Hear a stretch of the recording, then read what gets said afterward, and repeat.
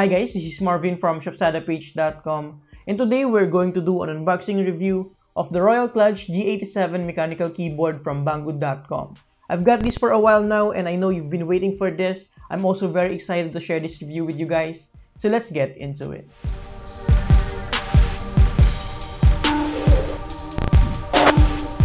The packaging for the Royal Kludge G87 is very simple. Just a regular brown box with the Royal Kludge logo at the center. So let's just see what's inside. Inside the box, we have the keyboard itself protected by two foam padding on each side and a thin foam sleeve. Let me just pull out the keyboard to the side for the meantime while we check out what else we have here inside the box. So we have here a quality control pass card, a USB Type-C cable for power and input, which is very nice, a couple of rubber feet for height adjustment, and the user manual that, unfortunately, is written in Chinese with no English translation. But I was easily able to figure it out using the information from the product page. Now, let's take a look at the Royal Kludge G87 mechanical keyboard. When I first felt this out of the box, it feels really solid and robust, and by far the heaviest keyboard that I've had outside my two Razer Black Widows. It doesn't flex at all thanks to its aluminum backplating and thick bottom housing. The backplate has textured black finish with chamfered edges, and the layout of the keyboard is pretty standard. Looking at the front side, we can see a preview of the switches, which are RK browns. We'll discuss more on that later. On its side, we can see here the translucent plastic spanning across the keyboard for RGB illumination with the Royal Kludge logo at the end here. The bottom housing's profile is slanted and the keycaps are sculptured, giving the keyboard a curved profile for ergonomics. At the back, we can see a better view of the thickness of the bottom housing, and at the other side, we just have the same design with the RK logo.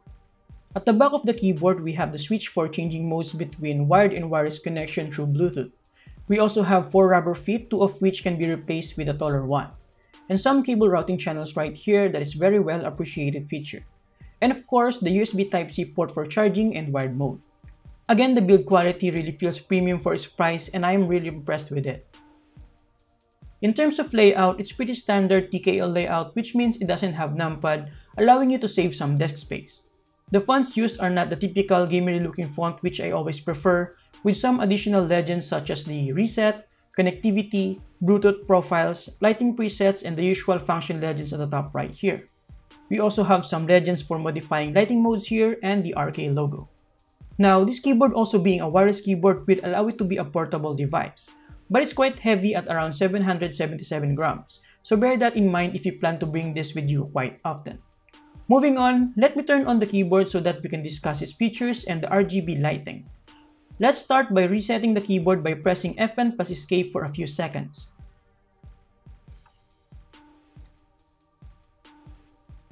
To change mode between wired and wireless, press Fn plus tab for a few seconds until the caps lock and Windows key start flashing. Then press Fn plus P until the P starts flashing to enter pairing mode. Turn on Bluetooth on your computer or smartphone, pair it, and you're good to go. Just in case the P doesn't flash, just press Fn plus tab again and press Fn plus P again until it enters pairing mode. You can pair up to 3 devices and switch between them by pressing Fn plus 1 to 3. Choose a number first and then pair a device. Once all your devices are paired properly, changing between them becomes very seamless and fast. Now, let me turn off some lights here so that we can check out the different RGB lighting modes of this keyboard. It has a lot actually, with 17 different lighting modes that you can toggle by pressing Fn plus scroll lock.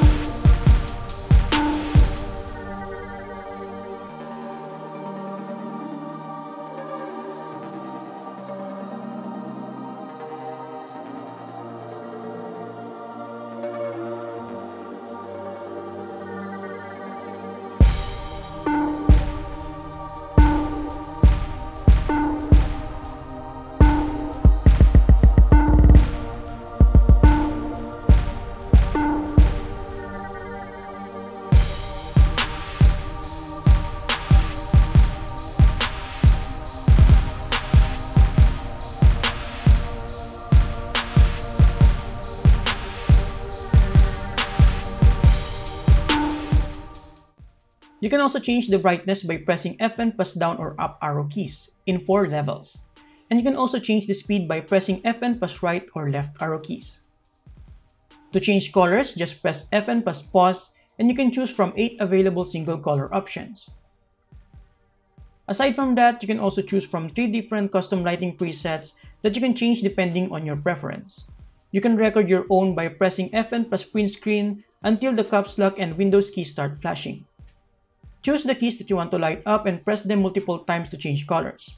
Once you're done, just press F and plus print screen again to finish recording. Now you can access it anytime by pressing F and plus the number you chose.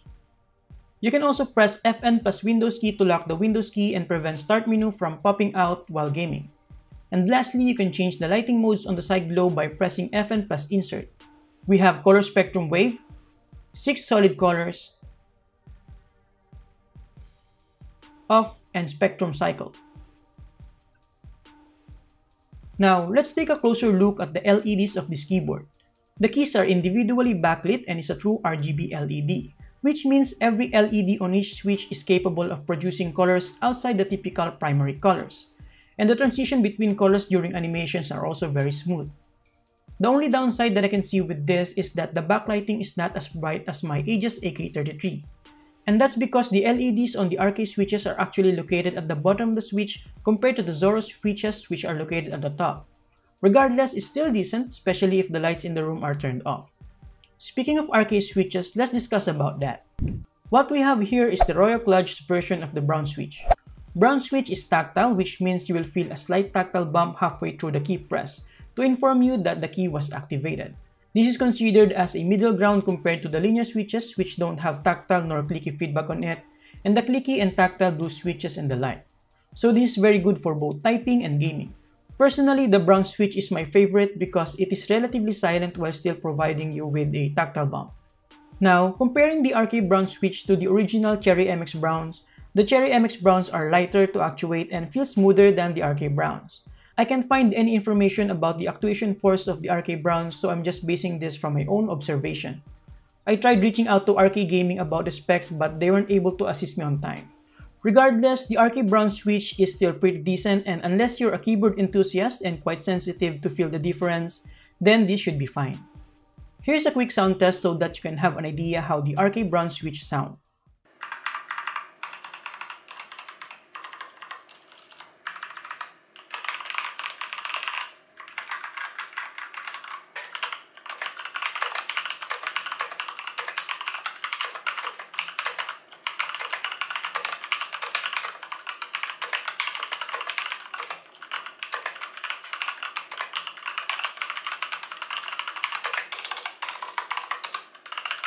And here's a quick switch comparison for you guys.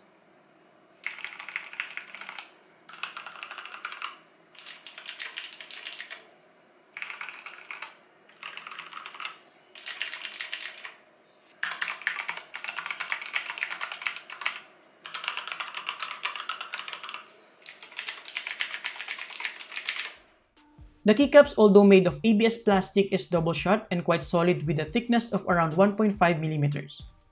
I really like the quality of the double shot molding. As you can see here, it spans across the overall keycap, unlike most budget keyboards that I've tried that has the double shot injection only at the top of the keycap. The fonts are laser etched, revealing the translucent plastic, allowing the backlighting to pass through. I also like the fact that this uses a somehow normal font instead of an aggressive gamery looking font that we usually see. But personally, once you've memorized the keys with Legends, I think this keyboard will look much better with custom keycaps, and I'm planning on doing so after this review.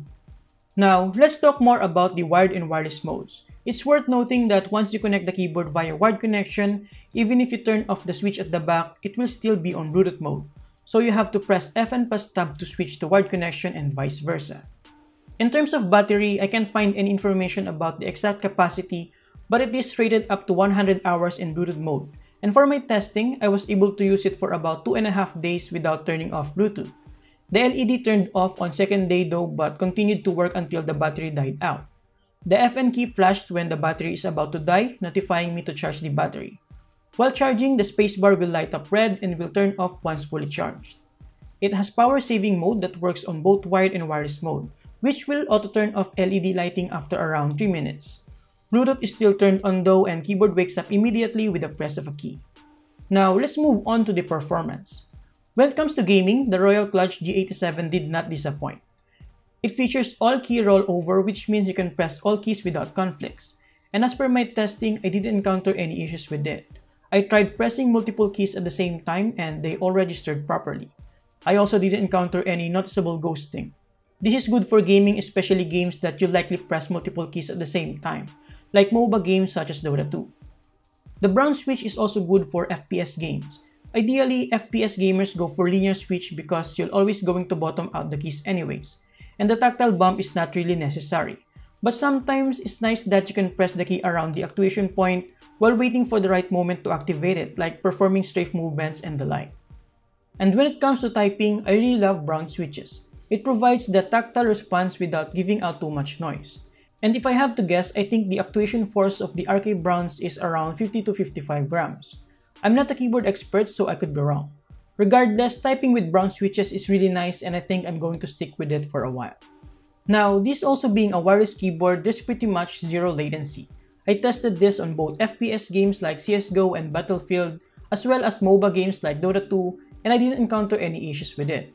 All key presses were recognized instantly, even those quick micro movements. And lastly, before we finish this review, let's discuss the software. Inside the software, we have 3 available profiles to use, and each key is customizable depending on your preference. You can change the key function to a different one, change it to a mouse function, use macro, and other options. Inside the software, you can also customize the RGB lighting, most of which you can already do so via the keyboard itself, which we've already tackled earlier. So you can adjust speed, brightness, direction, and colors. But what the software allows you to do here is that you can set your own custom colors from the 16.8 million color palette and allows you to easily customize the colors of each individual key that would otherwise take a lot of time using just the keyboard. So to conclude, the Royal Clutch G87 is really a good option if you're looking for a budget 10 keyless keyboard that works in both wired and wireless connection. It has a ton of lighting modes and has side glow illumination to boot. The RK Brown switch is also decent and good for both typing and gaming. The overall build quality of this keyboard is really impressive and it's really easy to recommend this to anyone. And there you have it guys, thank you for watching. Make sure to check the full article link on the description below. Thanks to Banggood.com for sending this in. You can get this from their official store, link on the description below as well. I think you can get this directly from Banggood.com via cash on delivery here to the Philippines. So if you want to get the exact same product that I have here, use the link below. Subscribe if you like this and see you next time. Have a great day.